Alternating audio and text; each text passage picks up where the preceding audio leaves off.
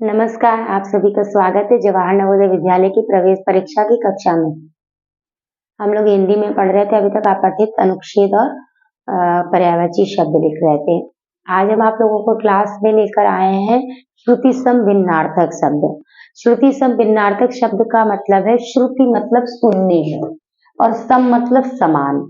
सुनने में समान, जो सुनने में एक जैसे लगते हैं, लेकिन भिन्नार्थक, लेकिन उनके अर्थ कैसे होता है, भिन्न भिन्न होता है।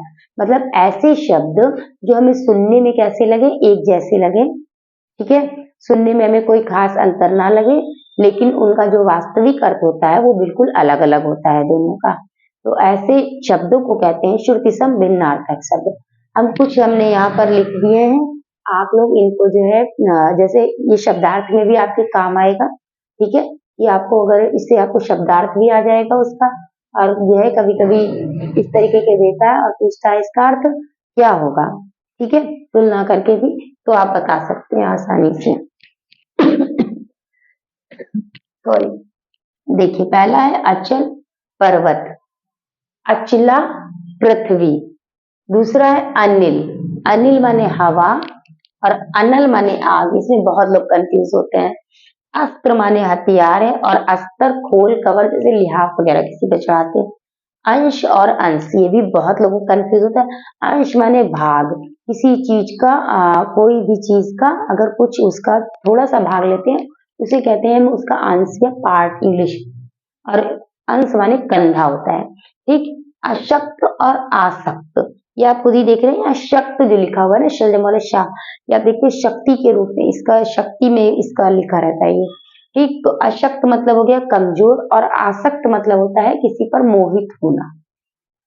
अवलंब, कोई सहारा होता है उसे कहते हैं, उसको कहते हैं अवलंब। और अविलंब, विलंब से बना हुआ है, अविलंब मतलब शीघ्र, बिना किसी देर के, विलंब माने देर होता है। अपेक्षा और उपेक्षा, अपेक्षा दो लोगों की जब कभी बात की जाती है और उन दोनों में तुलना दिखाई जाती है, इसकी अपेक्षा ये ज्यादा अधिक अच्छी है, ठीक, तब हम इसका अपेक्षा शब्द का प्रयोग करते हैं। और उपेक्षा का मतलब होता है निरादर, किसी कोई भी चीज अगर हमको पसंद नहीं है, अगर हम उसको अलग हटा देते हैं तो उसको कह देते हैं उपेक्षित, है ना, उसी से बना है ये उपेक्षा, उससे बन गया उपेक्षित। और मतलब होता है दिशा, या जैसे कहते हैं एक और हो जाओ, है ना, से इस तरीके से ये हो गया। और आप जानते ही हैं, जैसे मैं और तुम, ठीक है, माता और पिता तथा की जगह पर इसका हम प्रयोग करते हैं। उपयुक्त माने ठीक होता है कि ये उपयुक्त है किसी भी चीज के लिए, अगर कोई चीज सही है तो हम कहते हैं ये उपयुक्त है। और उपर्युक्त मतलब ऊपर कहा गया, जैसे आप लोग प्रश्न पत्र में अधिकतर करके पढ़ते होंगे कि उपर्युक्त कथन का ये मतलब अर्थ है, तो आप ऐसा पढ़ते होंगे तो उसका मतलब है ऊपर कहा गया। कांति और क्रांति, कांति मतलब होता है चमक, जैसे कहते हैं कि उसके चेहरे पर एक अलग ही कांति थी, मतलब चमक। और क्रांति मतलब होता है किसी भी चीज में कोई परिवर्तन ला देना, बदलाव ला देना, तो उसे कहते हैं क्रांति। ग्रह और गृह, इसमें भी कंफ्यूजन होता है। ग्रह मतलब होता है जैसे सूर्य है, तारे हैं, नक्षत्र है, सब क्या है, हमारे ग्रह हैं। और गृह मतलब क्या होता है, घर, ठीक। इसमें ऋषि वाला री की मात्रा लगी है और इसमें जो है रा लगा हुआ है। सलिल और सलीला, ये भी अच्छी चीज है, ये भी शब्द अच्छा है। सलिल माने पानी होता है, इससे आपको पर्यायवाची भी आ जाएगा एक। और सलीला मतलब नदी होता है।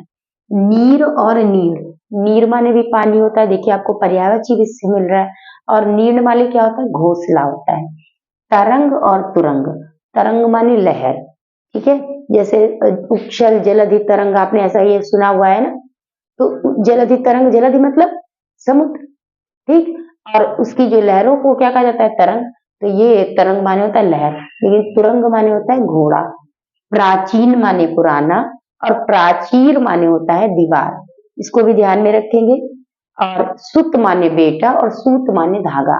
हमने एक बार आपको पढ़ के बता दिया, हो सकता है आप स्क्रीनशॉट ले, आपको कुछ ना समझ में आए तो आ जाए, इससे आपको समझ में भी आ गए होंगे अच्छे से, ठीक है। तो आप चाहें तो एक बार इसका स्क्रीनशॉट ले लीजिए। तो अब हम नेक्स्ट क्लास में मिलते हैं, तब तक के लिए नमस्कार, जय हिंद, जय भारत।